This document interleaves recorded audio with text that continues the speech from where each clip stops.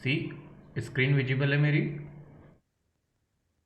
Yes sir. चलिए बहुत बढ़िया। तो बेटा आगे बढ़ते हैं। बेटा पिछली क्लास में हम डिस्कस कर रहे थे, बच्चे बोल रहे थे कि सर मुझे ये वाला पोर्शन तो समझ में आ रहा है कि 3D में आउटवर्ड नॉर्मल होता है, 2D जो सरफेसेज होती है बेटा उसमें प्लेन के बाहर जाते हुए लेते हैं। बेटा प्लेन के बाहर जाते हुए का मतलब समझो, थोड़ा सा मैं और बताने की कोशिश करता हूँ। एक सिंपल सी बात समझो, आपकी जैसे कॉपी है आपके पास अभी, आप उस कॉपी को देखो, जैसे मैं उस पर एक शेप बना दी ऐसी कोई हमने, तो उस कॉपी से बाहर जाते हुए का मतलब है इसके ऊपर जाता हुआ कॉपी के और नीचे जाता हुआ प्लेन के। इसी तरह जो मैं स्लाइड्स पे लिख रहा हूँ तो आपको मोबाइल की स्क्रीन पे देख रहे हो, तो मोबाइल की स्क्रीन के बाहर का मतलब वो आपकी तरफ आता हुआ आप इधर देख रहे हो, और अंदर का मतलब है दूर जाता हुआ। तो बाहर को हम ऐसे दिखाते हैं आउटवर्ड, या फिर के केप की तरह दिखाते हैं। तो बेटा ये तो बिल्कुल कॉमन सी बात है। और अंदर को हम दिखाते हैं इससे, इनवर्ड से या क्रॉस से दिखाते हैं बेटा, माइनस के केप से, क्रॉस से दिखाते हैं। फॉर एग्जाम्पल मैं एक छोटी सी चीज बनाता हूँ, देखिए तुम समझ पाओगे क्या। मान लो ऐसे बनाया मैंने एक प्लेन में, ये शेप कौन से प्लेन में है जरा गौर करो, ऐसे बनाई है मैंने तो, इधर एक्स एक्सेस, इधर वाई एक्सेस और इधर जेड एक्सेस। तो ये जो मैंने बनाया है कौन से प्लेन में दिख रहा है तुम्हें? सोचो जरा देख के एक्सेस को। Sir Y. वाई और वाई जेड कौन से प्लेन में है? Yes sir, Y Z. Y Z plane में है। ध्यान से देखो बेटा, एक्सेस देखोगे तो तुम्हें समझ आ जाएगा कि ये वाई और ऐसी साइड से बाहर निकलती हुई है। तो इसके लिए परपेंडिकुलर डायरेक्शन बेटा ये हो जाएगी, देखो क्या नजर आ रहा है, इसके बीच में से ऐसे चीरती हुई जाती हुई इसको। Yes sir. So this will become perpendicular. तो इसके लिए आउटवर्ड डायरेक्शन कौन सी हो जाएगी? एक्स की तरफ, जिसको हम आई केप बोल सकते हैं। तो इस तरह से होती है बेटा। इसी तरह जैसे देखो, कोई शेप मान लो ऐसे रखी हुई है, जरा बताओ ये कौन से प्लेन में हो गई? Sir x Z. X Z. तो इसके लिए परपेंडिकुलर ऐसे बाहर निकलता हुआ तीर की तरह, सर सर वाई की तरफ। तो इसके लिए सर के परपेंडिकुलर जे कैप। केप। हाँ अब सर, जे समझ कैप। गए हम? Yes sir. थोड़ी क्लियरिटी हुई क्या? Yes sir. आउटवर्ड का तरह से किस तरह डील करेंगे बेटा? सिंपल है, आप तो प्लेन से सोच लो, सिंपल। तुम तो ऐसे, तुम्हें ऐसे समझ नहीं आ रहा हो तो तुम याद कर लो। अभी वैसे से समझ आया होगा बेटा, मैंने बहुत सारे एग्जांपल्स पहले भी लिए थे। और वी कैन ऑल्सो रिमेंबर, यदि कोई शेप मान लो एक्स वाई प्लेन में है, तो उसके लिए आउटवर्ड नॉर्मल कैसे हो जाएगी? जेड की तरफ। मतलब जो नॉर्मल या नॉर्मल एरिया वेक्टर को लेना है हमें, एरिया की डायरेक्शन किधर हो जाएगी? जेड की तरफ। इसी तरह कोई जैसे कि एक वाई जेड प्लेन में है, सर ये प्लेन कैसे पहचानेंगे? तो वो हो जाएगा आपका एक्स की तरफ। बेटा एक्सेस से ये देखना, इधर एक्स होता है इधर वाई, तो इसकी एक लाइन वाई की तरफ हो गई, और ये किससे एक्सेस की तरफ है देख, जेड की तरफ ऐसे बाहर आती हुई, तो ये वाई जेड। यहां देख, एक लाइन एक्स की तरफ और एक जेड की तरफ, तो ये एक्स जेड में है, और एक्स जेड हो तो वाई की तरफ। क्लियर है बात? Yes sir. कोई दिक्कत हो तो बताओ यहां तक। बेसिक अभी तो एरिया वेक्टर की डायरेक्शंस और आपको वैल्यू पता होनी चाहिए कि क्या वैल्यू होती है, कैसे निकालते हैं।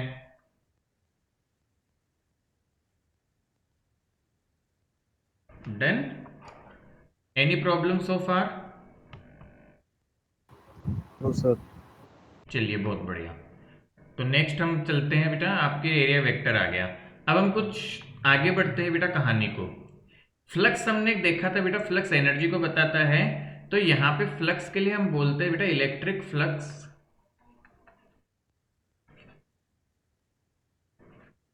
डिपेंड्स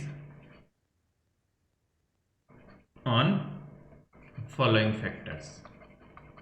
तो बेटा किन किन फैक्टर्स पे डिपेंड करता है वो समझते हैं। तो सबसे पहले तो फ्लक्स जो होता है ये पाया गया बेटा कि डायरेक्टली प्रोपोर्शनल होता है इलेक्ट्रिक फील्ड स्ट्रेंथ के। ठीक है, ई के मैग्नीट्यूड के डायरेक्टली प्रोपोर्शनल, कि कितना इलेक्ट्रिक फील्ड है उसके प्रोपोर्शनल होता है। दूसरा पाया गया कि कितना एरिया है उस एरिया के प्रोपोर्शनल होता है, कितने एरिया से फील्ड लाइंस गुजर रही है। क्योंकि बेटा आपको पता है कि मान लो ये छोटा सा एरिया होता बेटा, तो छोटे एरिया से जितनी फील्ड लाइन गुजरेगी, क्या उसके बड़े एरिया से उससे ज्यादा फील्ड लाइंस गुजर सकती हैं? Common sense. Yes sir. तो इसलिए एरिया के प्रोपोर्शनल, क्योंकि ये एनर्जी तो एनर्जी ऑफ फील्ड लाइन बेटा जितनी जगह दोगे उतनी ज्यादा गुजरेगी, और साथ के साथ ये पाया गया कि ये कितना एंगल है इन दोनों के बीच में। तो यहां से हमारे पास में जो फॉर्मूला बन के आता है इन तीनों को कंबाइन करके, वो आता है हमारे पास में phi is proportional to E A cos theta, और प्रोपोर्शनलिटी कांस्टेंट को बेटा 1 माना जाता है यहाँ पे। So we will be using the formula E A cos theta. So flux will be equal to E A cos theta. ठीक है, सर ये फ्लक्स लिख के ले। वैल्यू, हाँ बेटा अभी बताऊंगा मैं, लिख लेना। सो फ्लक्स यस का सर। फॉर्मूला क्या आ गया, ई ए कॉस थीटा। इसी फ्लक्स को बेटा एक और टर्म्स में लिखा जाता है, तो फ्लक्स को हम और क्या लिख सकते हैं, ई डॉट ए। तो this is dot product of E and A vector. तो इसलिए एरिया वेक्टर सिखाया जाता है तुम्हें, क्योंकि ई डॉट ए को कैसे एक्सपेंड करते हैं हम डॉट प्रोडक्ट को, ई ए कॉस थीटा के टर्म में। तो ये फॉर्मूला तुम्हें याद रखना है।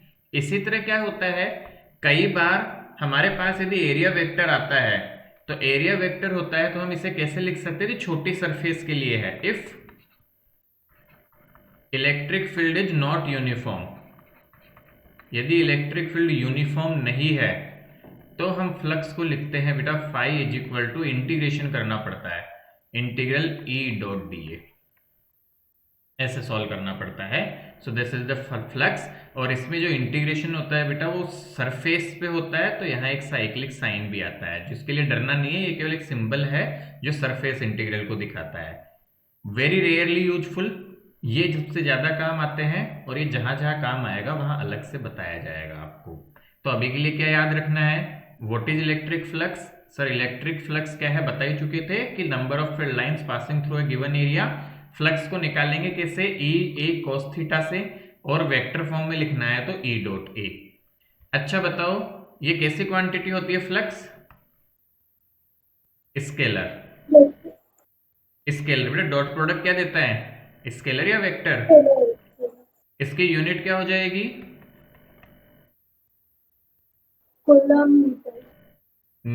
इलेक्ट्रिक फील्ड की यूनिट होती है आपकी न्यूटन पर कूलम स्क्वायर। कूलम, और एरिया की यूनिट होती है मीटर स्क्वायर, तो न्यूटन मीटर स्क्वायर पर कूलम। और एक और यूनिट बताई थी इलेक्ट्रिक फील्ड की, वोल्ट पर मीटर। तो वोल्ट पर मीटर इंटू मीटर स्क्वायर करेंगे तो इसकी यूनिट हो जाएगी वोल्ट मीटर। और इसी को एक और नए नाम से जाना जाता है जिसे आप सब बोलेंगे वेबर, डब्ल्यू। सो फ्लक्स को एक और टर्म्स में रिप्रेजेंट कर देते हैं, दैट इज वेबर। ठीक है, याद रख लेंगे हम। Yes sir. चलो फटाफट से आगे बढ़ो और इससे फटाफट से लिखो, जल्दी से,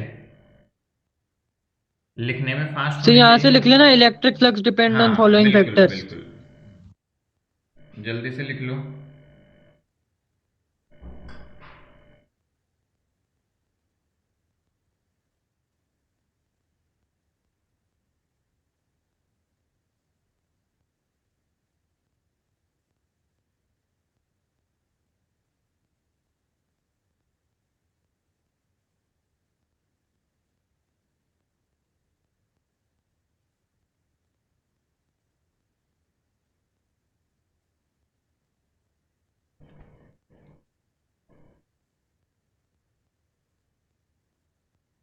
ओके बेटा इसको मत लेना, this is actually we use for magnetic flux. तो ये ध्यान रखनी है हमें, वोल्ट पर मीटर और ये वाली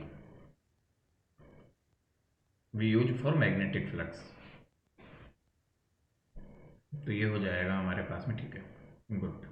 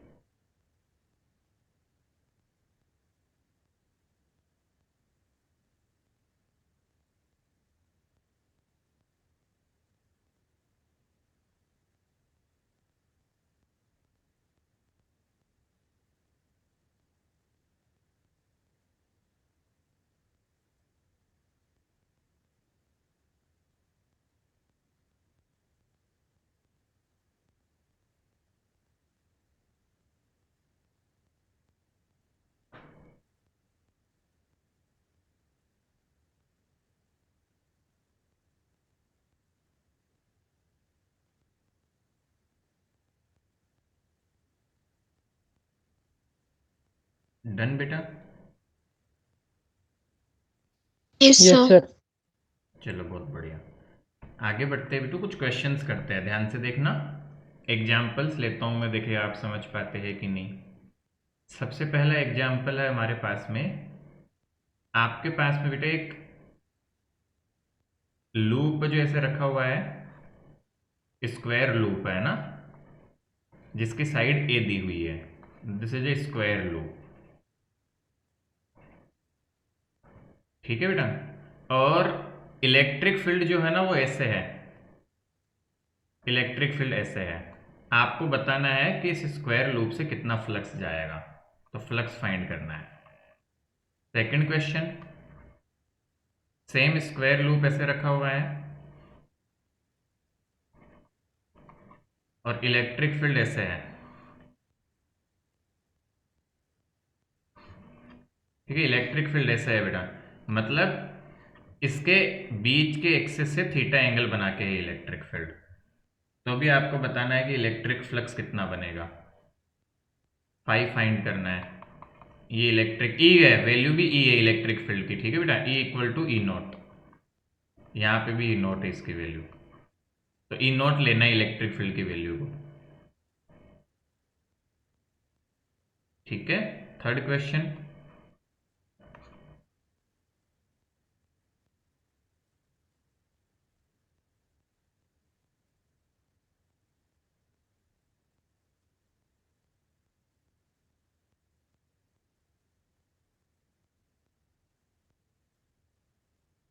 ऐसे स्क्वायर लूप रखा हुआ है और ऐसे जा रहा है इलेक्ट्रिक फील्ड इसके बीच से, E equal to E naught. इसकी रेडियस आर मान ले बेटा, बताना इससे फ्लक्स कितना जाएगा।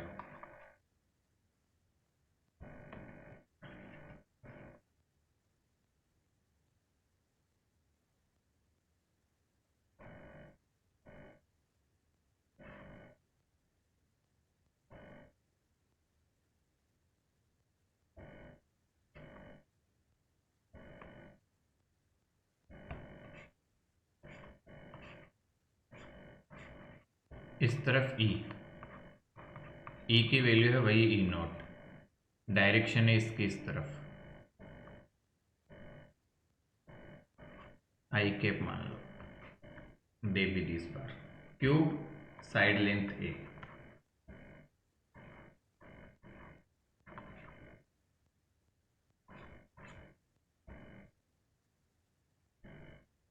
सिंपल फॉर्मूला अप्लाई करना है बेटा, डेफिनेटली आंसर्स आएंगे, दिमाग लगा के करोगे तो।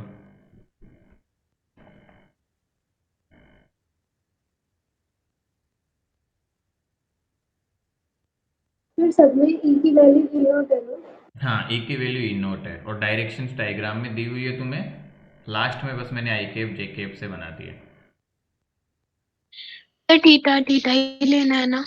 थीटा दिमाग लगाओ, क्या लेना है वो तुम्हें दिमाग लगाना है पूरा।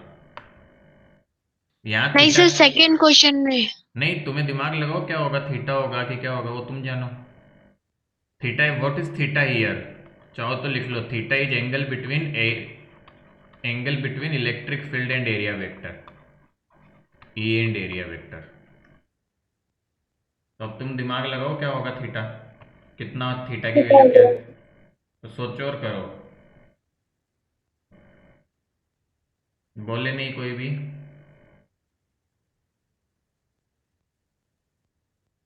वैसे ये टॉपिक क्लास में पढ़ाने में बहुत मज़ा आता है, क्योंकि इसमें से कई चीज़ें जो तुम गलत करोगे।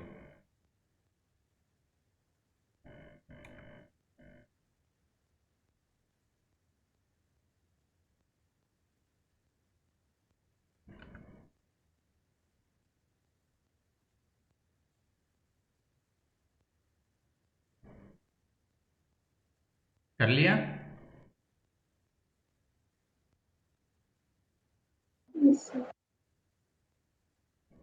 चलो मैं आंसर लिख रहा हूँ। पहले का आंसर 0,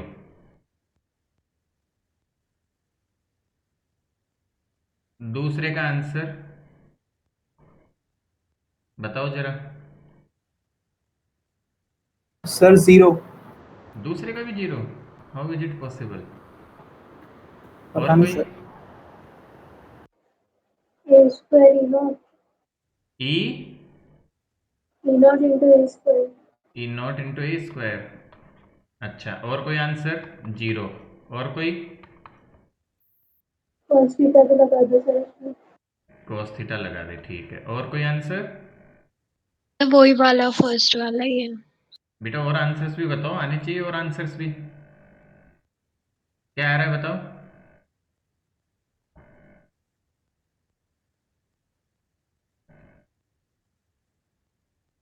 बताओ तो सही। किसी का कोई और आंसर नहीं आया? ग्रेट। Third answer? Zero. नहीं सर, इसका आएगा pi are square into E naught. E naught pi are square. और कोई आंसर? सर 0। जीरो, ठीक है। जीरो भी लिख लिया, पाई आर स्क्वायर भी लिख लिया। चौथे का? सर ये सर्कल था या स्पेयर? ये सर्कल बेटा, सर्कल। Okay sir.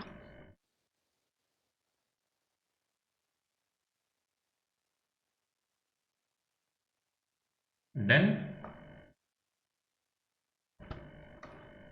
इसका answer? E not 6a square. E not 6a square, बहुत बढ़िया। मेरा भी यही है. और कोई आंसर?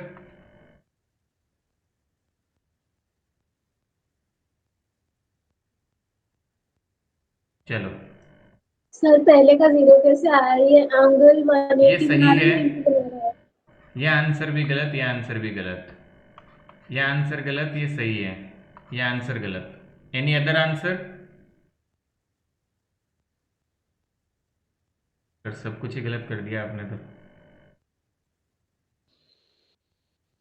तो फर्स्ट वाले में तो सर cos थीटा जीरो की वैल्यू कैसे आया? -1 होगी ना? अभी हाँ सब सर, बात करेंगे बेटा, पहले ये बताओ, ये इसका क्या आंसर है? कोई और आंसर? बिल्कुल सर, 2 मिनट दो. सही, गलत करके ही तो सीखोगे। मैं तो चाहता हूँ गलत करो। करो तो सही गलत। कई बच्चे तो बिल्कुल ही आंसर ही नहीं दे रहे कि गलत तो करो कम से कम। सर सेम है था sir. Sir E naught 6 square ही है सर मेरा भी। पता तो चले गलती कहाँ करेंगे। गलती करके ही सर तो जीरो, सीखेंगे। लास्ट वाले का जीरो. जीरो, बढ़िया। और चलो, वैसे सही आंसर है जीरो। अब समझते हैं बेटा, अब समझते चलो। बेटा करना क्या है तुम्हें? फॉर्मूला होता है फ्लक्स निकालने का, ई A cos theta.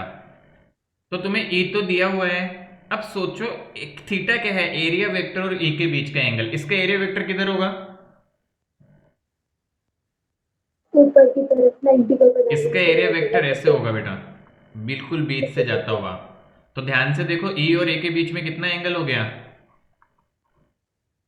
90। 90 degree. 90 degree. तो cos 90 कितना होता है? जीरो. जीरो ही होता है क्या? हाँ कहीं सही होता है. गलत तो नहीं कर रहा मैं? जीरो ही होता है. हाँ, तो यदि यस सर। ये समझ में आया तो इसका आंसर करो। क्या होगा इसका correct answer?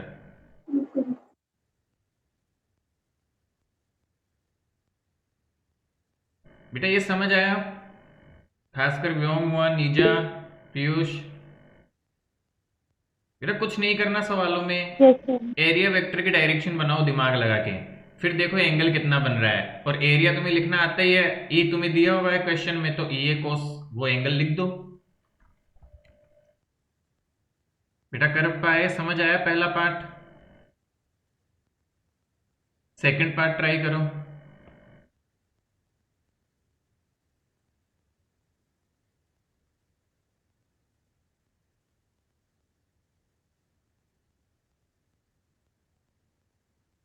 What's the answer for second part? Sir इसका एंगल सर 90 माइनस सर थीटा ले। बहुत बढ़िया, वेरी गुड। सर ये तो ले लिया पर वैल्यू नहीं आ रही ना। cos 90 माइनस थीटा क्या होता है? अभी भी सिखाना पड़ेगा मुझे।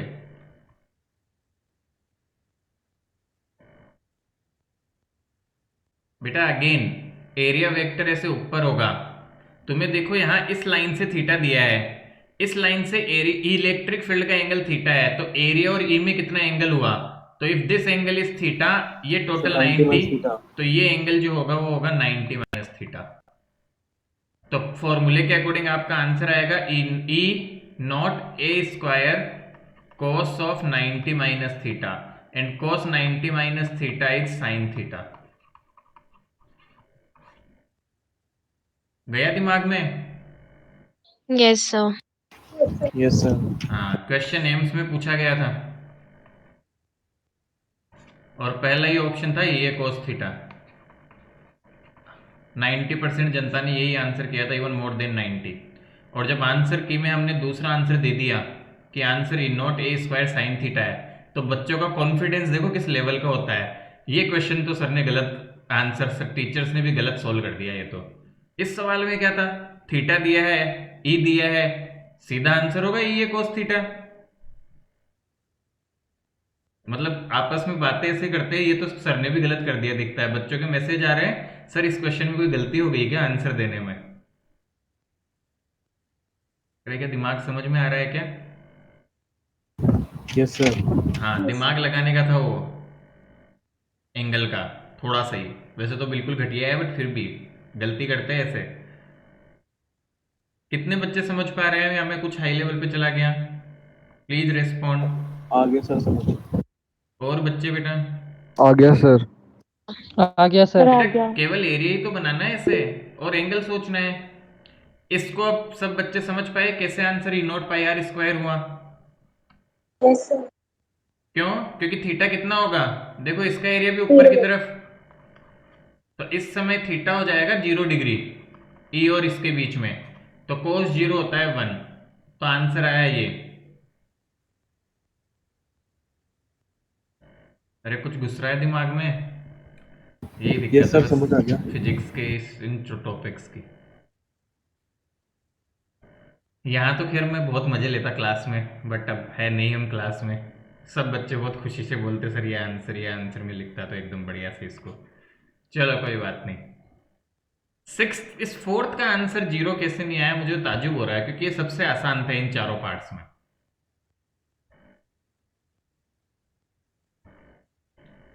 अब भी सोच सको तो सोचो, देखे 0 क्यों आ रहा है। चलो एक चीज बताता हूं, देखे तुम सोच पाते हो क्या। इसके 6 फेस है क्यूब के, है कि नहीं? Yes, sir. 4 फेस से 0 आंसर है, स्ट्रेट फॉरवर्ड 0, 4 फेस से। I can directly answer that flux is 0 from 4 faces. कौन कौन से 4 फेस है बताओ जरा। So right, left, front और back वाला. टॉप बॉटम बाहर आता हुआ और बैक जाता हुआ, क्यों बता पाओगे?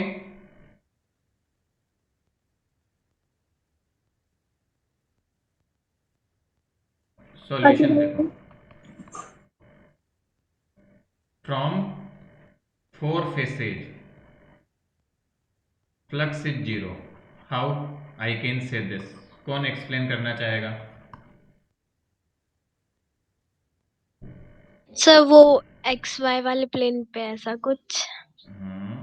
उज्जवल, एनी हिंट?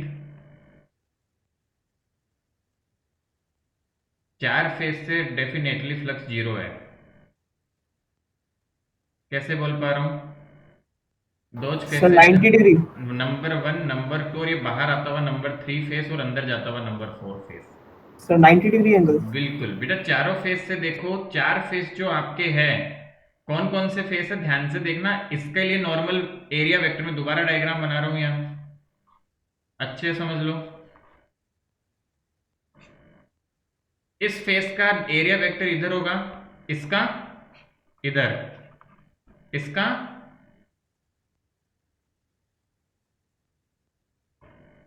अरे आउटवर्ड नॉर्मल होता है ना, तुमने बताया था पिछली क्लास में। Yes, sir. ऊपर, इसका नीचे, नीचे। और 2 होंगे जिनका जेड और माइनस जेड की तरफ होगा। तो क्या 4 ऐसे हैं जो सीधे सीधे आपके इस ई के परपेंडिकुलर हैं? Yes, sir. क्यों हुआ ये 0? Since sir cos 90 degree sir 0 होता है। Since E and A are perpendicular for these four faces. तो बच्चे कौन से दो फेस जिनसे निकालना है? ये वाला आगे पीछे। और ये वाला। क्या इतना समझते हैं? Yes sir. तो ध्यान से देखो बेटा, इसको फेस 5 दे देते हैं नाम, इसको फेस 6 दे देते हैं। सो फेस 5 के लिए लिखवाओ मुझे। तो फ्लक्स कितना होगा? फ्लक्स हो जाएगा बेटा जितना Sir, one- फ्लक्स 5 से जाएगा प्लस जितना फ्लक्स 6 से जाएगा, क्योंकि 4 फेस से तो 0 हो गया जो 4 हमने नंबर किए। Yes sir. तो 5वें फ्लक्स से लिखवाओ। 5वें फ्लक्स का एरिया इधर है और ई भी इधर है। तो 5वें फ्लक्स से मैं लिखूंगा बेटू Sir, one- E naught A square I cap cos 0। बोलो सही है कि नहीं? Yes sir. प्लस छठे फेस से क्या लिखूं? E naught A square cos 180। कितने लोगों को ये समझा कि cos 180 क्यों लिखा? सर अपोजिट डायरेक्शन में। सर बिल्कुल बेटा, इस सर इलेक्ट्रिक फील्ड के सर अपोजिट है पूरा। ये छठे फेस पे देखो, इस छठे फेस पे एरिया इधर है और इलेक्ट्रिक फील्ड इधर है, तो दोनों के बीच का एंगल कितना हुआ? 180 डिग्री। लिखो, सॉल्व करो इसे। ई नॉट ए स्क्वायर और cos 180 होता है -1, तो minus E naught A square, sorry नीचे आएगा तो नोट, कट जाएगा सर दोनों। तो आंसर आया 0।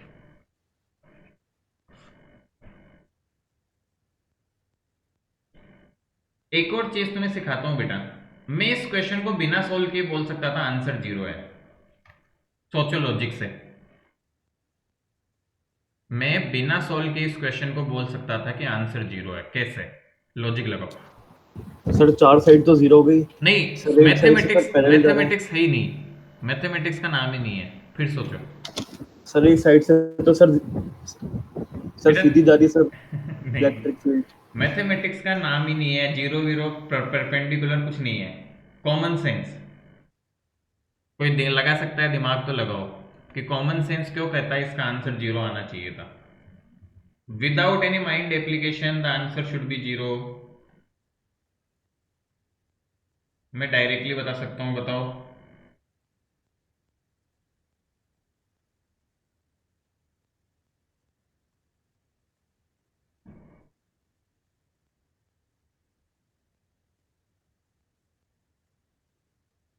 इलेक्ट्रिक फ्लक्स क्या बताता है? आंसर करो, देखें। What electric field tells us. मैंने एक पूरा टाइम लिया था बेटा इसको समझाने में कि इलेक्ट्रिक फील्ड है क्या चीज, फील किसकी देता है इलेक्ट्रिक फील्ड? इलेक्ट्रिक फील्ड का मतलब मतलब सर- इलेक्ट्रिक फ्लक्स, सॉरी बेटा, वो किसकी फील देता है? चार्ज की। हाँ हाँ हाँ, झटका लगने का एग्जाम्पल दिया था। Sir measure of electric energy. Electric energy, बहुत बढ़िया बहुत बढ़िया। किसकी फील देता है? सर एनर्जी की। इलेक्ट्रिक एनर्जी का। एनर्जी की फील देता है। तो बेटा देखो हो क्या रहा है, मान लो ऐसी कोई शेप थी, क्लोज शेप। इस दरवाजे से, मान लो ये 2 दरवाजे हैं रूम के, आपका एक रूम और ये 2 दरवाजे हैं। इस दरवाजे से एनर्जी एंटर की रूम में और इस दरवाजे से छोड़ के चली गई। मैं तुमसे पूछ रहा हूं इसके अंदर कितनी एनर्जी है? What's the answer? 0। सर कुछ रह ही नहीं अंदर सर 0। बिल्कुल, कॉमन सेंस। हो क्या रहा है, फील करो बेटा। एक तरफ से एनर्जी अंदर आ रही है, एक तरफ से छोड़ के चली गई। What's the energy inside this cube? Sir 0। 0। Answer is 0 without solving. इसलिए मैं बेटा वो चीजें इसलिए समझाई थी कि फील कर पाओ अच्छे क्वेश्चंस में कि क्यों सर ये जैसे आंसर ये- 0 है। सर जैसे सर ये फर्स्ट वाला है सर, इस पे सर पैरेलल निकल के सर कुछ हुई नहीं। बिल्कुल बेटा, सर इसका पैरेलल, 0 है। हाँ वो तो बात ठीक है, बट क्या बेसिक लॉजिक समझ पा रहे हो? विदाउट सॉल्विंग, बिना मैथमेटिक्स के कैसे बोल सकता हूँ? Yes sir. क्योंकि जितनी एनर्जी घुसी उतनी की उतनी छोड़ के चली गई इसको। तो सर अंदर में ऐसे तो कुछ सारी Yes, sir. 3D फिगर्स में 0 हो जाएगी। किसमें? सारी 3D फिगर्स में 0 हो जाएगा ऐसे तो। हाँ, 3D फिगर्स में 0 हो जाएगा यदि इलेक्ट्रिक फील्ड डिस्टेंस के साथ चेंज नहीं हो रहा तो। बिल्कुल, मैक्सिमम टाइम 0 हो जाएगा। कब कब होगा वो बताएंगे आपको। बिल्कुल सही सोचा सर आपने। अगर ये इलेक्ट्रिक फील्ड सर डायगोनली आती तो सर इसके ऊपर फिर भी 0 हो जाता है क्योंकि जितनी एंटर की उतनी छोड़ के चली अच्छा गई। सर रुकी नहीं अंदर। हाँ, ये डिपेंड करता है बेटा कब नहीं होगा उस पर। एक क्वेश्चन है एनसीईआरटी में, वो आपका होमवर्क है, वो करोगे तो फील आएगा कब नहीं होगा 0। बात समझे? Yes, sir. एक और एग्जाम्पल समझाने की कोशिश करता हूँ। बेटा लिख लिया हमने? Clear, sir. Yes, sir. और Yes, बच्चे sir. बेटू Yes, क्विकली। sir. बढ़िया। तो मैं आगे बढ़ता हूँ। देखो अच्छे से समझना बेटा, इस कॉन्सेप्ट को ध्यान से सीखना। मान लो कि एक स्फीयर था यहाँ पे, again a close 3D surface मानी है मैंने स्फीयर। यहाँ एक चार्ज रखा हुआ था बेटा, क्यू चार्ज। मुझे बताओ इस क्यू चार्ज की वजह से इससे फ्लक्स कितना होगा?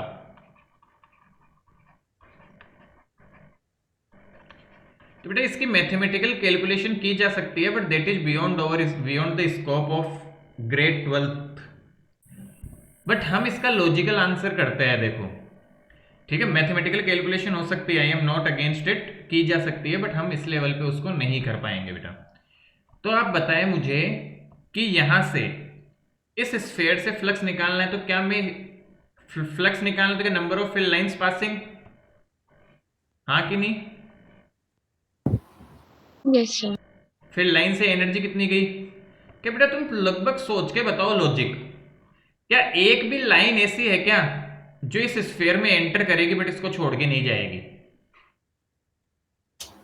No, sir. क्या तुम एक भी लाइन ऐसे आइडेंटिफाई कर सकते हो जो इसमें अंदर तो आई बट इसको छोड़ के नहीं गई? कर सकते हैं क्या? No, sir. तो इसका एक्चुअल में बेटा लॉजिक हम क्या देते हैं कि यहाँ पे जितनी एनर्जी मान लो एंटर की यहाँ पे, उतनी की उतनी यहाँ पे छोड़ के चली गई, तो फ्लक्स जो आता है Sir, वो zero. जीरो आता है। Yes, sir. So we do not provide mathematical proofs for such scenario। ये तो बेटा आसान था, इसलिए मैंने मैथमेटिकल प्रूफ दे दिया आपको कि कैसे ये जीरो होगा, but this is not easy. ठीक है, ये आसान नहीं है, तो मैं मैथमेटिकल प्रूफ आपको नहीं दे सकता इस लेवल पे। बट क्या लॉजिकल फ्लो समझ में आ रहा है? Yes, sir. बेटा ये तो बिल्कुल कॉमन सेंस है। जितने लोग सोचो रूम के 2 दरवाजे थे, मैंने 10 लोगों को धक्का देके रूम में घुसाया और उसमें से 10 के 10 दूसरे दरवाजे से निकल चुके। मैं तुम्हें पूछता हूँ, बताओ कितने लोग रूम के अंदर? आंसर क्या है? जीरो। Sir, zero. लॉजिकल समझ रहे हो? तो इधर से 10 लोग घुसे, 10 लोग उधर से निकल गए। मैं तुम्हें पूछता हूँ अंदर कितने Sir, बचे? no energy absorbed. Answer is zero. Understood? Yes, तो sir. हम Yes, यहाँ sir. पे बहुत एक गोल्डन स्टेटमेंट टाइप से लिखते हैं, what is this? Flux from a close surface, from a close surface due to outside charge, due to outside charge and uniform electric field. या तो आउटसाइड चार्ज रखे हो या यूनिफॉर्म इलेक्ट्रिक फील्ड हो। Flux from a close surface due to outside charge and uniform electric field is always zero. अब कब zero नहीं होगा वो एक क्वेश्चन है एनसीईआरटी में, एग्जाम्पल जो आपको करना रहेगा, वो काम का रहेगा। नहीं आएगा तो फिर हम डिस्कस करेंगे। वैसे आप कर पाओगे, करवा दिया मैंने उसके बाद में, but still we will discuss that. क्या ये क्लियरिटी है? सर सिलेंडर का केस भी सेम रहेगा? क्या बेटा? हाँ, सब Sir, क्लोज cylinder. सरफेस कोई भी हो, क्यूबॉइड, क्यूब, पैरेललोपाइप, कुछ भी हो, स्फीयर, Okay, यदि वो sir. क्लोज सरफेस है तो बाहर के चार्ज की वजह से उससे फ्लक्स कितना होगा? Sir zero. Zero. Uniform electric field है तो फ्लक्स कितना होगा? Answer is zero. जीरो। क्या ये दिमाग में चमका? This is very important statement. We do not prove this for all the surface because this is beyond the scope, but फिर भी मैंने एक क्वेश्चन के थ्रू तुम्हें समझाने की कोशिश की, इससे प्रूफ भी करके दिखाया कि ये जीरो होता है। सर हेमिस्फीयर और कोन का कैसे निकालना? क्या बेटा? हेमिस्फीयर या कोन दे दिया तो फिर कैसे निकालना? क्लोज है तो जीरो है आंसर। ठीक है, और नहीं है तो? क्लोज ही होगा ना हेमिस्फीयर और कोन तो। और नहीं है तो फिर लेकिन गॉस, वो तो नहीं है तो फिर गॉस लॉ सीखेंगे ना उसके लिए। ठीक है, ठीक है। क्या इतना समझ आया? Yes sir. अब देखो बेटा लॉजिक, अब इतना समझ आ गया होगा कि बाहर के चार्ज की वजह से जीरो आ रहा है फील्ड, करेक्ट? अब ध्यान दो यस सर। बेटा, ध्यान से समझना जो कॉन्सेप्ट सिखाने जा रहा हूं, very important and very good. मान लो कि ये क्लोज सरफेस, मान लो स्फीयर है एक, और इसके अंदर चार्ज रखा हुआ है यहाँ पे सेंटर पे, बताओ क्या होगा, इसकी लाइंस जाएगी तो क्या होगी? क्या इसकी लाइंस इसको छोड़ के जाएगी ऐसे चारों तरफ? Yes sir. अच्छा बताओ, क्या इसकी लाइंस केवल छोड़ के ही जा रही है इसे?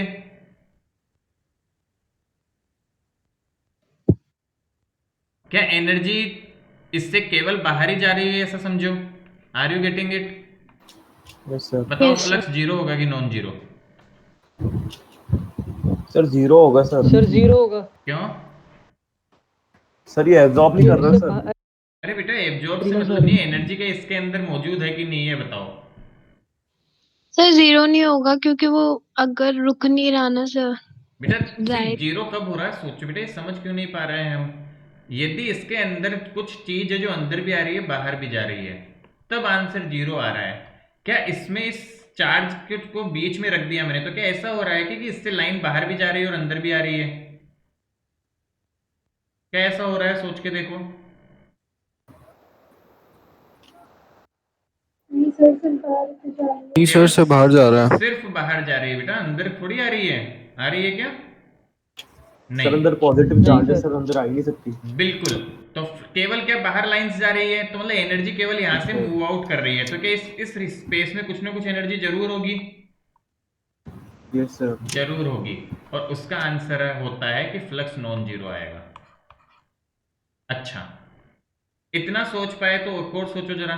कुछ ऐसे एग्जांपल दे रहा हूँ रैंडम कि तुम समझ पाते हो क्या। देखें, अगेन एक स्फीयर ले लिया मान लो मैंने, उसमें मैंने एक तो क्यू चार्ज रख दिया और एक माइनस क्यू भी रख दिया।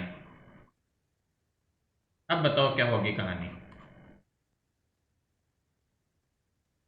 जीरो होगा। क्या होगा flux, zero non zero? Sir इसके बाहर नहीं जाएगी सर एनर्जी। देख बेटा, sir non plus zero. Plus से तो बाहर जाएगा लाइंस, यस और सर। माइनस के अंदर आएगा। अंदर आएगा। क्या दोनों का मैग्नीट्यूड सेम? हाँ। सर क्या तब जीरो हो सकती है सर। जितनी बाहर गई उतनी अंदर आ रही है? Yes sir. Yes sir. Answer zero. अरे कॉमन सेंस बेटा, इन चीजों को हम आगे गॉस लॉ के रूप में पढ़ेंगे, but try to apply common sense. जो हमने एनर्जी की फॉर्म सीखी कि एनर्जी बेटा अंदर आ रही है और बाहर जा रही है, अंदर कुछ नहीं बच रहा, जीरो। केवल यहां से जा ही रहा है, मतलब कुछ ना कुछ अंदर जरूर है, तभी तो जा रहा है। जितनी गई उतनी आ गई, अगेन जितना छोड़ के गया उतना वापस भी आ रहा है, फिर से जीरो। समझ रहे हो? Yes sir. तो यस ऐसे सर। ऐसे लॉजिक से बेटा, तो अंदर यदि चार्ज है कुछ भी नॉन जीरो, तो आपका फील्ड आता है, और इसी को गॉस ने एक थ्योरम के रूप में कहा था बेटा। तो वो क्या थ्योरम थी, अभी हम बढ़ेंगे आगे। एक बार के लिए हम आगे बढ़ते हैं और एक चीज करके दिखाता हूं तुम्हें, पहले लिख लो तुम लोग। हम गॉस लॉ का प्रूव करेंगे, उसके बाद गॉस थ्योरम पढ़ेंगे। तो राइट दिस डाउन। ये बेटा ऐसे एग्जाम्पल है तुम्हें सिखाने के लिए बोला कि फ्लक्स नॉन जीरो है, फ्लक्स जीरो है। ये सब कॉमन एग्जाम्पल्स, इनको गॉस लॉ से देखेंगे हम अच्छे से।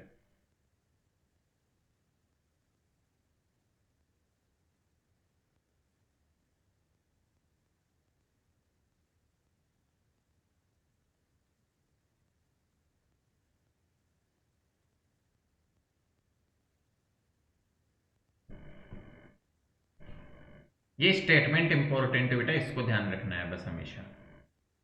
Is this part clear to all of you? Yes sir. इसकी चिंता मत करो, ये हम डिटेल्ड लॉ की फॉर्म में पढ़ेंगे एक, so do not worry about this.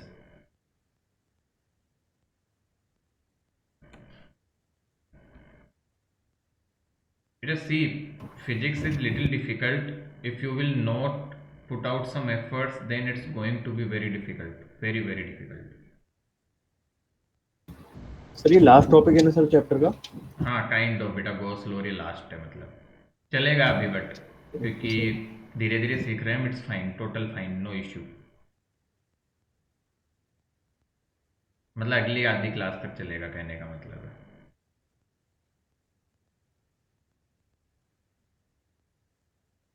बढ़े आगे। Yes sir. चलो, अब ध्यान देना बेटा, एक छोटा सा बता रहा हूं मैं। Electric flux from sphere due to charge at center। मतलब हमने क्या किया बेटा, एक स्फीयर है, उसके सेंटर पे क्यू चार्ज रख दिया जिसकी रेडियस आर है, और हमें बताना है इससे कितना फ्लक्स जाएगा। क्या एक बात तो कंफर्म है कि फ्लक्स नॉन जीरो होगा? बोलो हाँ कि ना। Yes sir. बट कितना होगा ये हमें निकालना है। तो बेटा कैसे निकाले, एक थॉट देते हैं। तो हमने क्या किया कि बेटा हर जगह क्या फ्लक्स, इलेक्ट्रिक फील्ड की डायरेक्शन अलग अलग होगी और एरिया की भी डायरेक्शन अलग अलग होगी। तुम सबको पता है बेटा, जैसे मान लो इस पॉइंट पे इलेक्ट्रिक फील्ड निकालना चाहूं प्लस क्यू की वजह से, तो किधर होगी डायरेक्शन? इधर है तो कि बाहर की नहीं? तरफ। और एरिया भी इधर इस तरफ ही होगा बेटा, हर पॉइंट पे सिखाया था स्फीयर के। इसी तरह मान लो इस पॉइंट पे देखना चाहूं तो इलेक्ट्रिक फील्ड की डायरेक्शन इधर और एरिया की भी इधर होगी कि नहीं होगी? सर इसी तरह किसी और पॉइंट पे देखूं तो इलेक्ट्रिक फील्ड इधर, एरिया सर हर इधर, कॉर्नर सर 1 आएगा। है ना बेटा? मतलब एंगल जीरो है दोनों के बीच में, किसी भी जगह देखो। क्या इतना समझ रहे हैं? Yes sir. तो बेटा सोल्व करते हैं इसको। तो हम क्या करते हैं, ध्यान से समझना। इलेक्ट्रिक फील्ड की डायरेक्शन और मुझे ये पता चल जाए तो मैं इसको सॉल्व कर सकता हूँ। डायरेक्शन जब चेंज होती है तो हम नॉन यूनिफॉर्म फील्ड कहते हैं। और आपको थोड़ी देर पहले फॉर्मूला लिखवाया था कि नॉन यूनिफॉर्म फील्ड हो तो फ्लक्स निकालने का फॉर्मूला होता है integration E dot D A. याद आया क्या?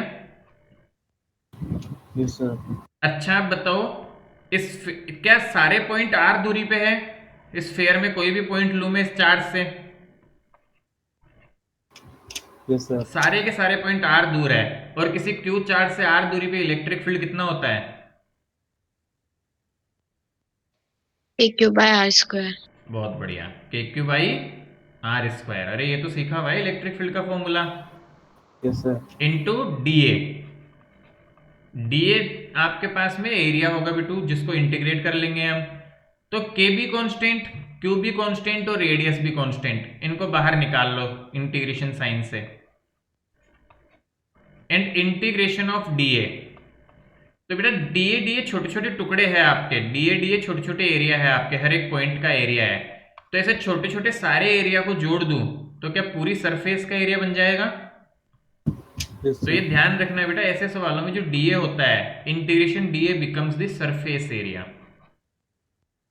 And what is surface area of sphere? 4πr²। 4 pi are square. बहुत बढ़िया बेटा, के को लिख सकता हूं 1/4 pi epsilon naught into Q upon R square multiply by 4 pi are square. ध्यान से देखो, 4 पाई से 4 पाई गया, आर स्क्वायर से आर स्क्वायर गया, फ्लक्स का आंसर आया Q upon epsilon not.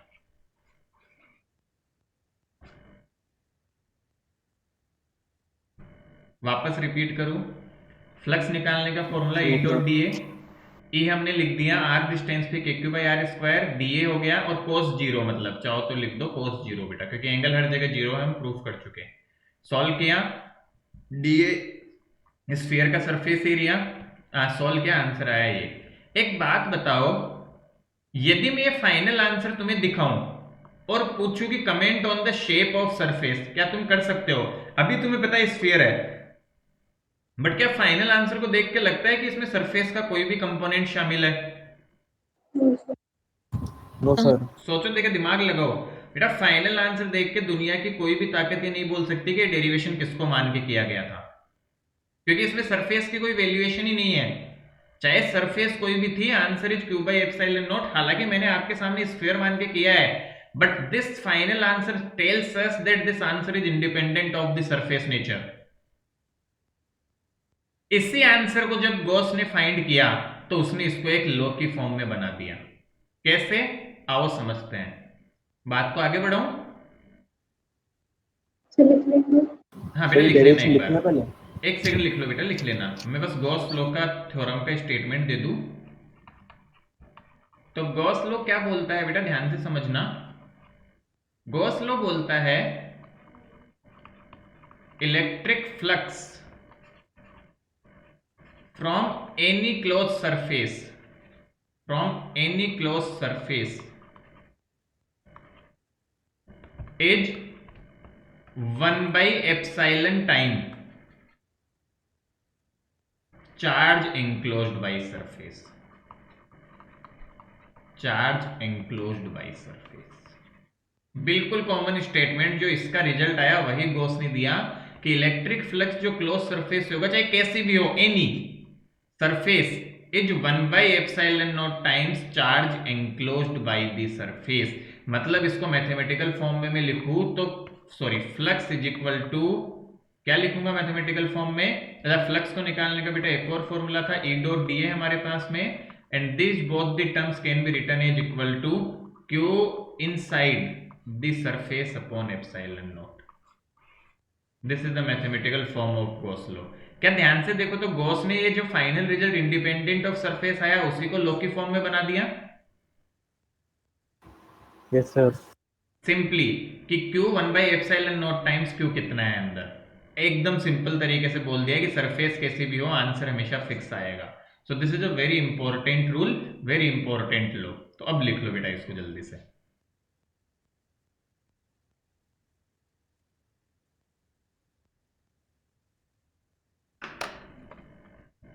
Be quick in writing, लिखने में तो जल्दी जल्दी होनी चाहिए, फटाफट फटाफट लिखो।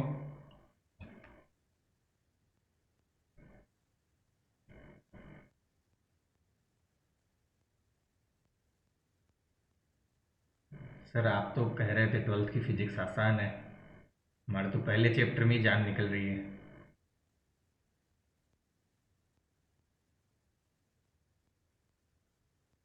ऐसा ही है क्या? हाँ सर, कब से खत्म ही नहीं हो सर रहा था। इजी तो लग रही है सर। बेटा सी, एक्चुअल में एक तो 11th हमने पढ़ी बेटा, पढ़ टाइम तो लगेगा। मैंने क्या कहा था शुरू के 3 चैप्टर कम से कम 1.5 महीना लेंगे मरे से मरे। अभी तो इतना ही तो टाइम हुआ है, 15 दिन लगभग हमें शुरू किए हुए, और तुम्हें थोड़ी डिफिकल्टी आ रही है तो थोड़ा और स्लो चल रहे हैं हम। तो ऑन एन एवरेज उसी पाथ पे हैं हम।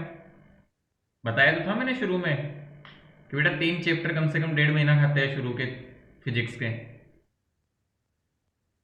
I hope you remember.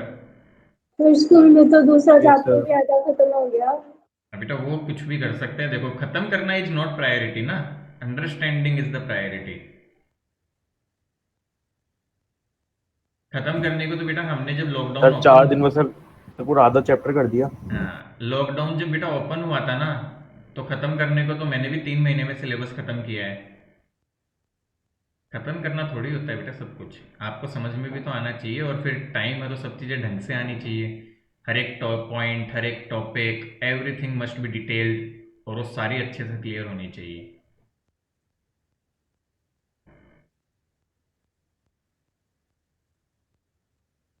देखो टीचर्स को कोर्स खत्म भी मत बोला करो, है ना? वो टीचर्स तुम भी जानते हो किस तरह से कुछ भी करवा सकते हो, उन्हें सब पता है कि कौन सा टॉपिक कैसे कितने टाइम में ख़त्म करना है।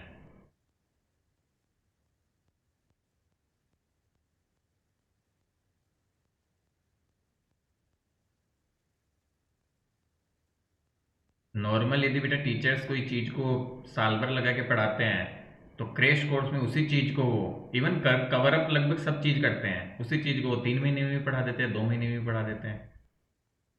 तो वो बात है। You focus on understanding Bittu. आप बस समझ आ रहा नहीं आ रहा, क्वेश्चंस करो बुक के साथ में, और होमवर्क करो, जो भी दिक्कत आती है पूछो, डिस्कस करो, that should be over priority. यदि वो है, इतना कर पा रहे हो, मोर देन सफिशिएंट, कोई टेंशन नहीं है फिर। Sir done.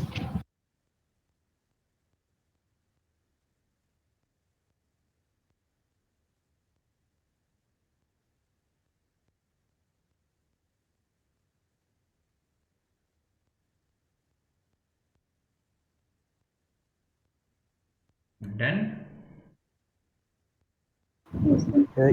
Yes sir. चलिए देखे बढ़ाए आगे कहानी को।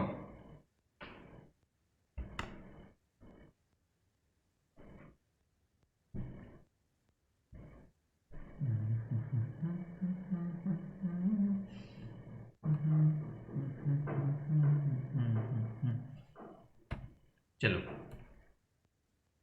ये गॉस लॉ का स्टेटमेंट भी लिख लेना।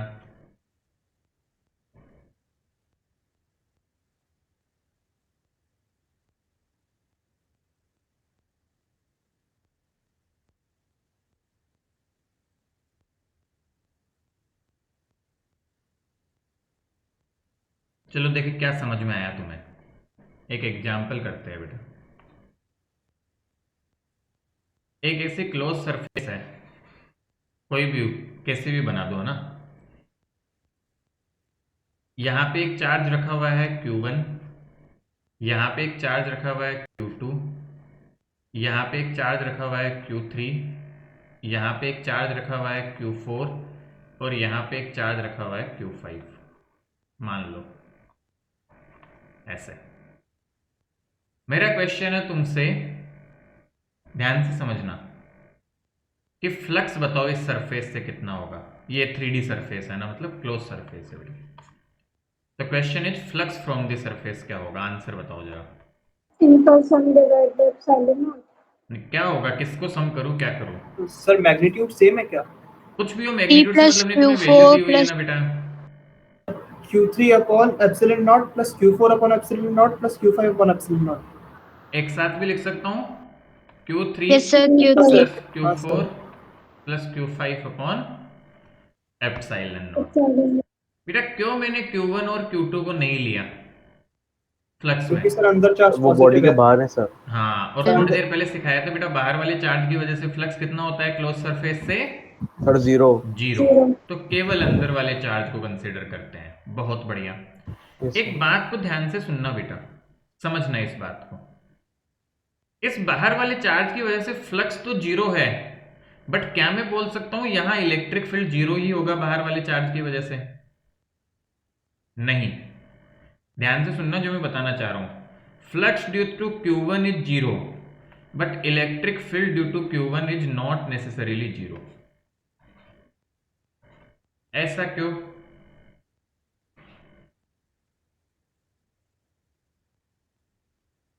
कौन समझाएगा इस चीज को, या थोड़ा दिमाग लगाओ जरा।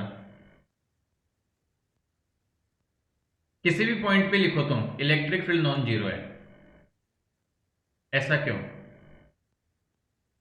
सर बीच में डिस्टेंस है ना कुछ। बेटा डिस्टेंस और चार्ज तो इलेक्ट्रिक फील्ड तो हो गई, तो हाँ फिर सर। इसका फ्लक्स क्यों नहीं आ रहा? तो बेटा लॉजिक वो है कि जो लाइन इससे एंटर हो रही थी वो छोड़ के जा रही है। बट क्या किसी स्पेसिफिक पॉइंट पे पूछूं तो क्या यहां तक तो लाइन आई है?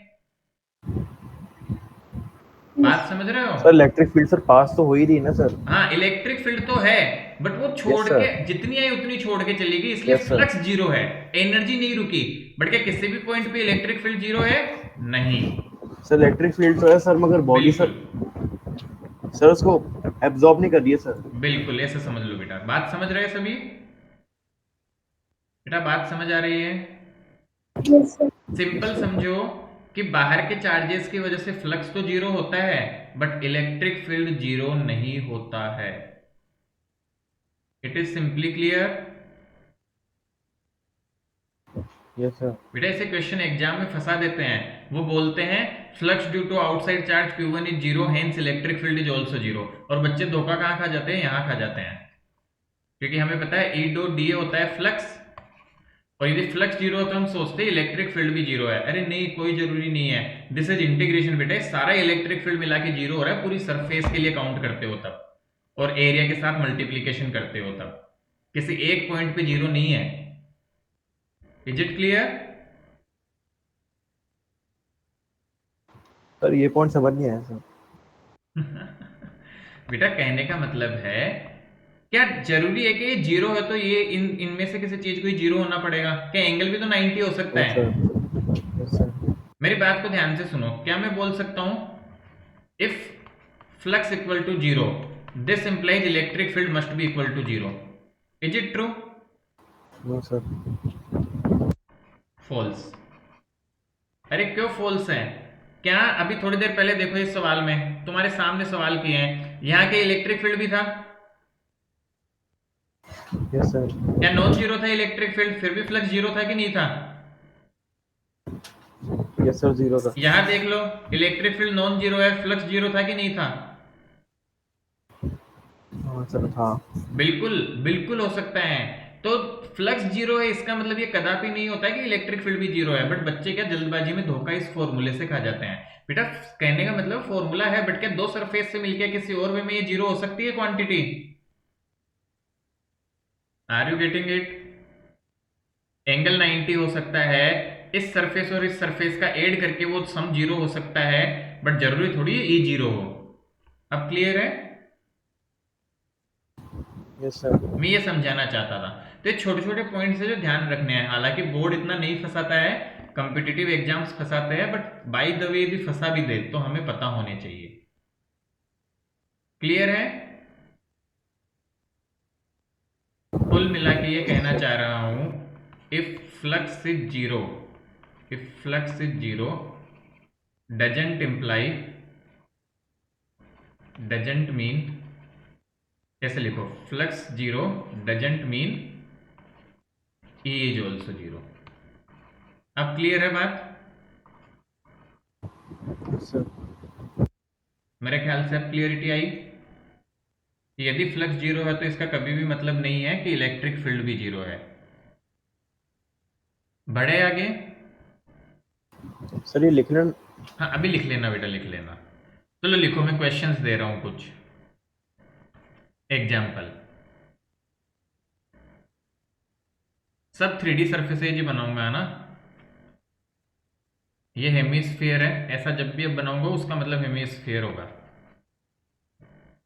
इसके बाहर एक, यहाँ पे एक चार्ज रखा, फ्लक्स निकालना है सब केस में।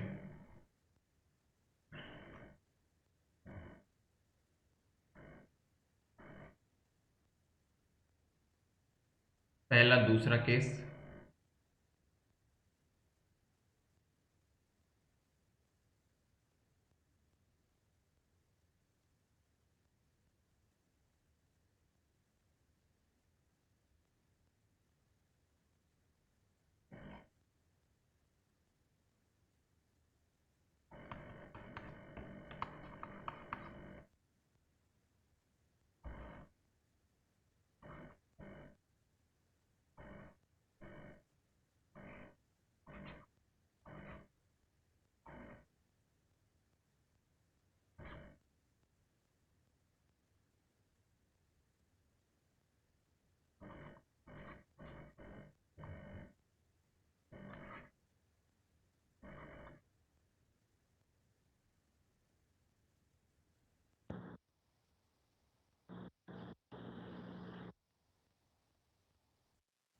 पांच सवाल आपकी खिदमत में।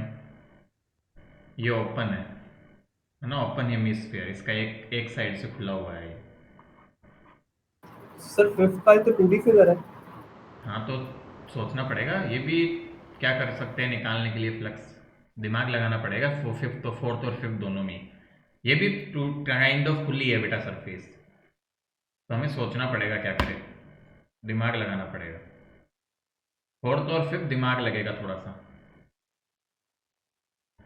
कॉमन सेंस है बेटा, अंदर कितना चार्ज है देखो कैसे है, इस पे दिमाग लगाओ कि इसको क्लोज कैसे बना सकते हैं। थिंक कि इसको क्लोज कैसे बना सकता हूं, और थिंक कि इसको क्लोज कैसे बना सकता हूं। These are the open figures. Sir पहले का तो जीरो है। बहुत बढ़िया।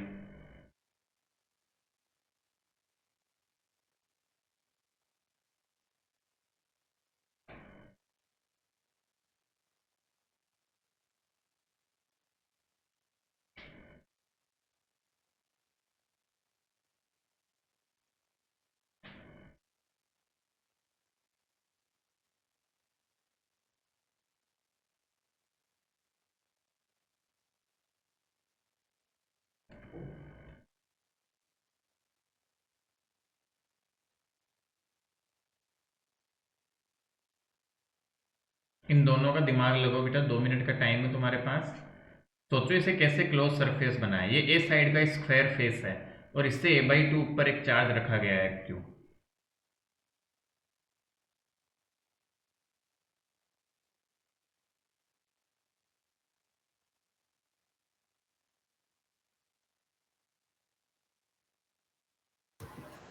सर इसको पिरामिड बना सकते क्या सर, फिफ्थ वाले को? हम्म, पिरामिड सिमेट्रिकल नहीं होगा बेटा, कुछ अच्छी सरफेस सोचो ताकि आसान हो निकालना। फिर ऐसे ही नीचे बना देगा।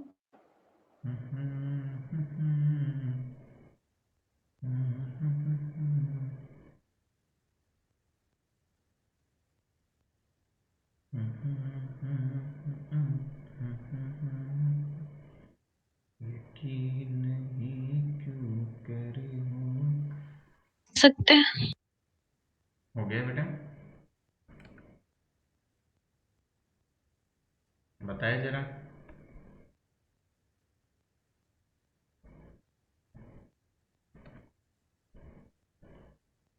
बेटा डाउट मत रखना, पूछ लेना, क्योंकि we are at the ending side of the chapter, बस 2 3 4 डेरिवेशन बचे हैं।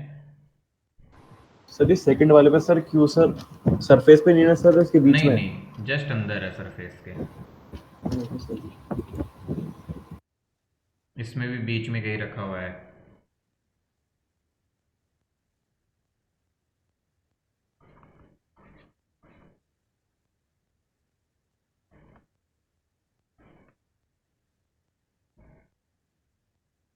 तीन के आंसर तो मैंने बता दिए तुम्हें, इतना टाइम लगना नहीं चाहिए था।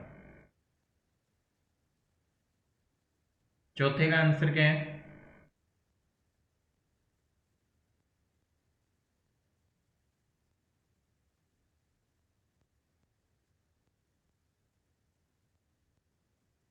किसी का तो आया होगा बेटा। What's the answer for fourth?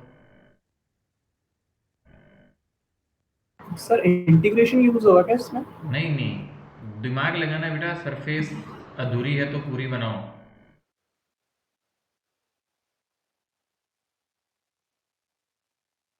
Integration वगैरह कुछ नहीं करना, इंटीग्रेशन कर लिया एक बार, अब बाकी बहुत कम जगह करना है इंटीग्रेशन। सर इसको भी सर हेमिस्फीयर ही बना सकते हैं सर फोर्थ को। तो उससे कैसे निकालोगे बेटा, हेमिस्फीयर भी पूरा भी करोगे तो। क्लोज सरफेस का सोचो बेटा, एक तरह से ओपन है ये, तो हेमिस्फीयर तो कैसे बनाएंगे, और उसके भी फेस पे आएगा, ये सरफेस पे आएगा मतलब। Yes sir. Sir opposite side एक और हेमिस्फीयर। बहुत बढ़िया, फिर सोचो क्या करना पड़ेगा।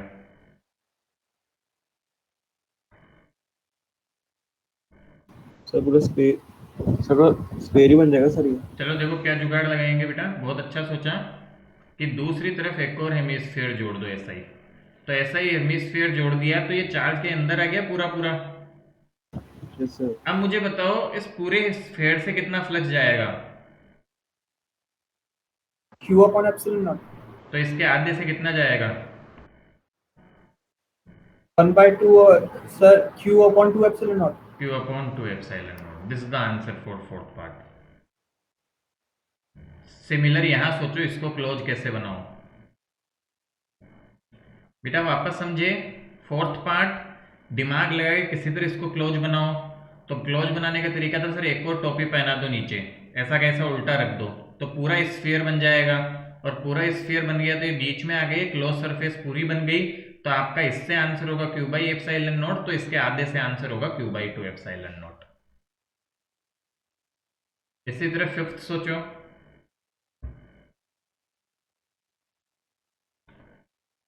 सोचना तो पड़ेगा, देखो बेटा, वैसे तो मैं जो सर- करवा रहा हूँ स्टैंडर्ड है, यही आते हैं। हाँ बोलो। सर क्यूब रखें क्या? क्यूब हाँ एक वन साइड ओपन। समझ चुके, वन साइड नहीं 5 साइड बना दो, क्यूब बन जाएगा पूरा। हाँ सर 5 साइड्स वाला। बिल्कुल।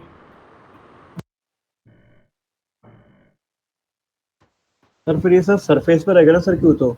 ना बेटा सेंटर पे आ जाएगा, यदि ये साइड का अरे हाँ क्यूब सर बना ये दिया हाफ तो। है सर ये हाफ है सर। Okay sir. ये a/2 लिखा है मैंने यहाँ, दिस हाँ लेंथ सर इज ये इसका a/2। सर बीच का सेंटर, हाँ सर सेंटर में आ जाएगा सर ये। बिल्कुल। Sir Q upon epsilon naught. तो पूरे क्यूब का होगा, तो इस क्वेश्चन का आंसर क्या होगा? Sir Q upon 6 epsilon not. Q upon 6 epsilon not, correct. बेटा चौथा सवाल कितने बच्चे हैं जिनको समझ आ गया? एक टोपी उल्टी बना के पूरा स्फीयर कन्वर्ट किया, पूरे से आंसर होगा Q by epsilon naught according to Gauss law, तो आधे से आंसर हो जाएगा क्यू बाई 2 एप्सिलॉन नॉट। क्या मेरी बात समझ आ रही है? Is this thing clear?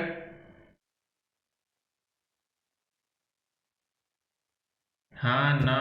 Yes sir. कुछ बोल दिया करो बेटा। चौथा क्वेश्चन, चौथा पार्ट, मुझे रेस्पॉन्स एक दो बच्चों से ही मिल रहा है। Is the fourth part clear?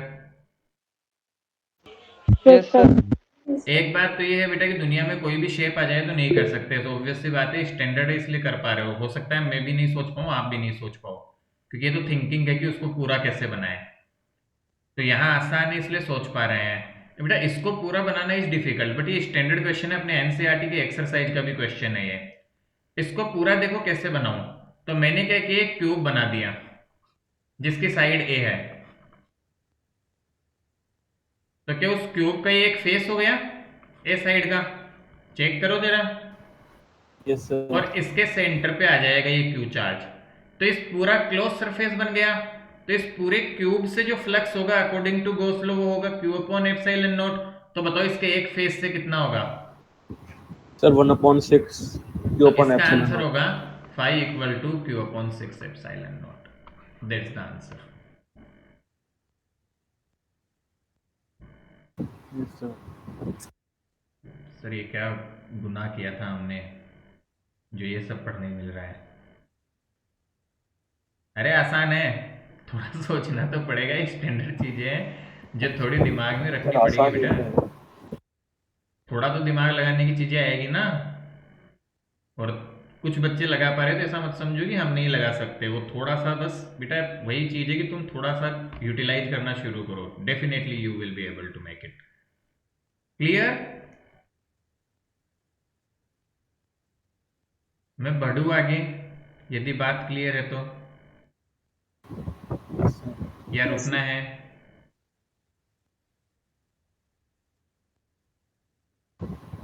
नहीं सर, समझ आ गया। बहुत बढ़िया। चलो बेटा आगे बढ़ता हूं मैं। लिख लिया ये? जल्दी से लिखो और इसका एक्सप्लेनेशन लिख लेना, खुद के शब्दों में लिखो।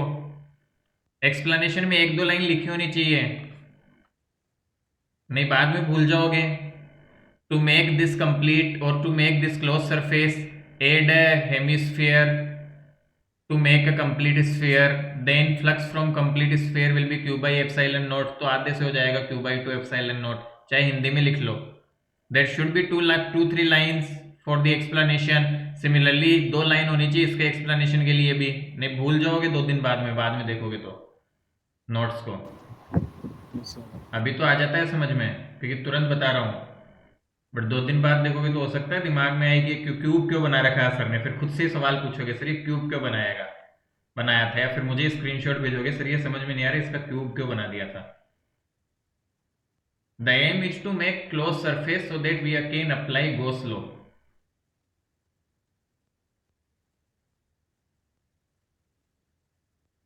अंडरस्टूड?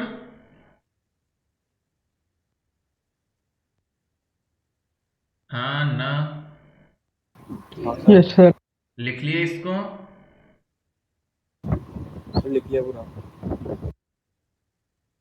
इस पे 2 लाइन जरूर लिखना, बाद में भूल जाओगे, जरूर लिखना, ठीक है? चलो आगे बढ़ाता हूं मैं कहानी को।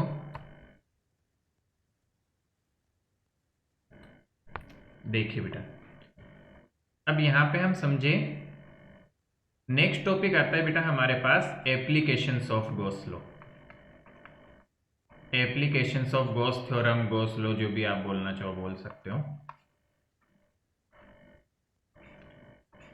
अब बस लास्ट टॉपिक है एक तरह से समझ लो, बट इसके अंदर हमें 3-4 चीजें पढ़नी है बेटा, मतलब डेरिवेशंस है। एंड वन मोर थिंग, यहां से बेटा डेरिवेशन आने के हाईएस्ट चांस होते हैं अपने इलेक्ट्रोस्टैटिक्स में after electric dipole. This is of second most priority. We get around again 3 marks derivation from this part, ठीक है ना? तो एप्लीकेशन ऑफ गॉस लॉ से हमारे पास डेरिवेशन आने के हाई चांस होते हैं आफ्टर इलेक्ट्रिक डाइपोल। तो सबसे ज्यादा प्रायोरिटी इलेक्ट्रिक डाइपोल की, सेकंड प्रायोरिटी टॉपिक कोई है तो वो है अपना एप्लीकेशंस ऑफ गॉस लॉ। जहां से आपका 3 मार्क्स का एक डेरिवेशन काइंड ऑफ सर्टेन ही होता है। ये मान के चलो ऑलमोस्ट एवरी ईयर आता ही है ये, मतलब किसी साल ही ऐसा होगा कि नहीं आएगा ये। तो यहां से भी एक सर्टेनिटी होती है हमारे पेपर में। और 3 नहीं तो 2 मार्क्स में आ जाएगा डेफिनेशन और वो पार्ट बेसिक।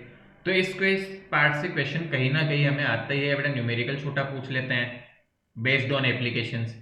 आपसे एक न्यूमेरिकल पूछ लेंगे छोटा, तो वो 2 मार्क्स में भी हो सकता है। बट अल्टीमेटली ये मान के चलो कि 3 मार्क्स का पोटेंशियल है इस टॉपिक में अपने एग्जाम में पूछने लायक।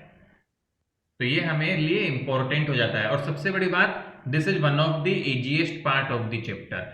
यहाँ का डेरिवेशन इतना आसान होता है, तुम्हें बस कुछ चीजें दिमाग में रखनी है। यदि वो सीख लेंगे तो इसके डेरिवेशन बहुत इजी होते हैं, एकदम बिल्कुल सीधे सीधे डेरिवेशन होते हैं। 4 से 5 लाइन में खत्म हो जाता है। बस डायग्राम अच्छा बनाना होता है और आपको पूरे मार्क्स मिल जाते हैं, ढंग से लिख के करते हैं तो हम।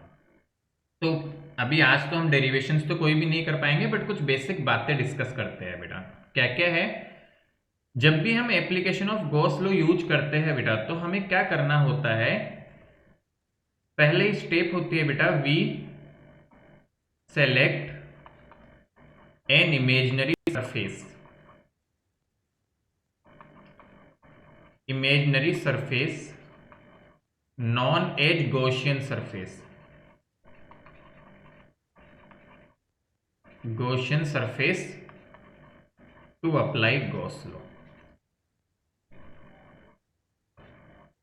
इमेजिनरी 3D ऐड कर लेना बेटा, 3D या क्लोज सरफेस। क्योंकि गॉस लॉ अप्लाई करना है तो क्या क्लोज सरफेस चाहिए हमें? बात समझ रहे हो? Yes sir. तो बेटा हमें यदि गॉस लॉ अप्लाई करना है तो हम एक सेलेक्ट करते हैं, बनाते हैं खुद से, है ना। We select an imaginary 3D close surface, जिसे हम गॉसियन सरफेस बोला जाता है टेक्निकल टर्म में, to apply Gauss law.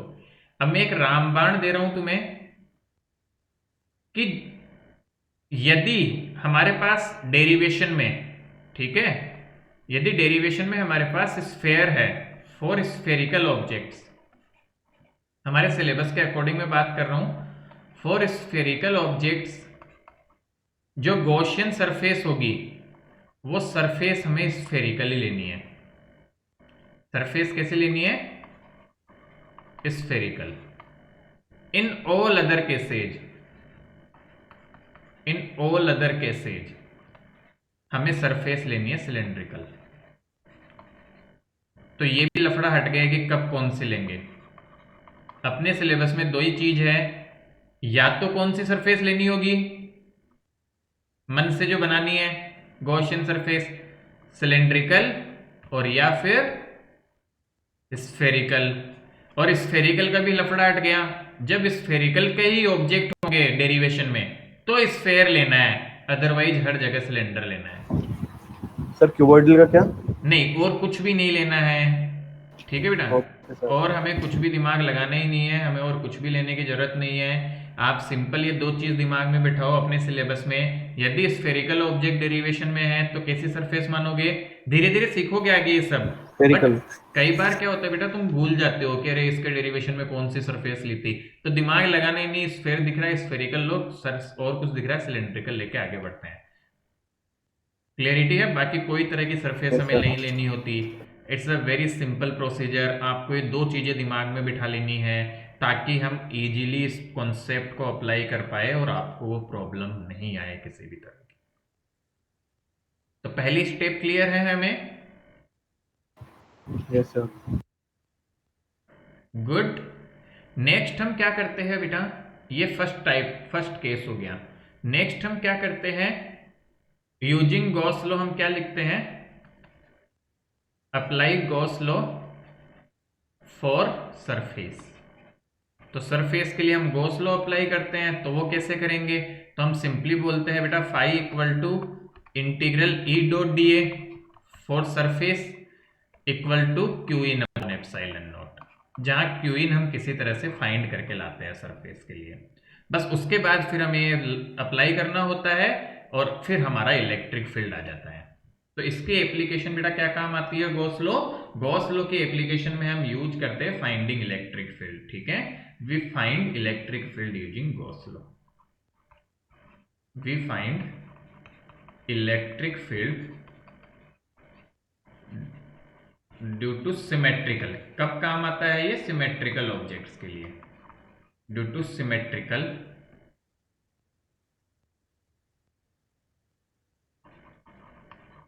Charge distribution लिखते हैं बेटा टेक्निकल टर्म में, symmetrical charge distribution using Gauss law. तो ये जनरल बातें हो गई जो हमें ध्यान रखनी है। क्या क्या? गॉस लॉ की एप्लीकेशन कहाँ काम आती है? इलेक्ट्रिक फील्ड फाइंड करने में, किसके लिए? सिमेट्रिकल चार्ज डिस्ट्रीब्यूशन के लिए। सिमेट्रिकल चार्ज डिस्ट्रीब्यूशन क्या होता है वो आप धीरे धीरे समझोगे। तो सिमेट्रिकल से मतलब समझ में आता है कि चार्ज मतलब सिमेट्री है बेटा, चारों तरफ चार्ज की बटे हुए में। ऐसा नहीं है कि कुछ जगह पे चार्ज ज्यादा रखा हुआ है, कुछ जगह पे कम। और होता कैसे है? तो सबसे पहले गॉसियन सरफेस बनानी है। कैसे बनानी है? स्फेरिकल या सिलेंड्रिकल। और उस गॉसियन सरफेस को बनाने के बाद अप्लाई कर देना है गॉस लॉ उस सरफेस पे। इतनी बात दिमाग में जाती है हमारे? कोई प्रॉब्लम हो Yes, तो sir. बताओ बेटा। Good to go? Yes sir. चलो लिख लो फिर इसे, ठीक है। इसके बाद हम नेक्स्ट क्लास में ही पढ़ेंगे बेटा, क्योंकि ये कंप्लीट नहीं कर पाएंगे। तो पहले एक बार इसको लिख लो सब बच्चे।